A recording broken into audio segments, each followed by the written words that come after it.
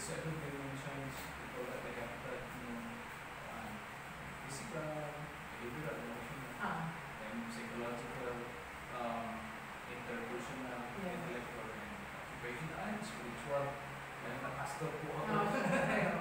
Ano talaga, ang yung thesis ko kasi sa master's ko is there is no true healing minus spirituality. Kaya talaga, kung gusto mo ma-sustain talaga yung recovery ng person, kailangan mo talaga ng very strong spirituality and very strong very intimate na relationship with higher power. Usually yung mga Christians, yung mga believers, they have a very good coping mechanism. Marami ako dito ng mga, yun din, bipolar, at may mga psychosis, schizophrenic even. Kasi hindi ako naniniwala talaga fully yung meds.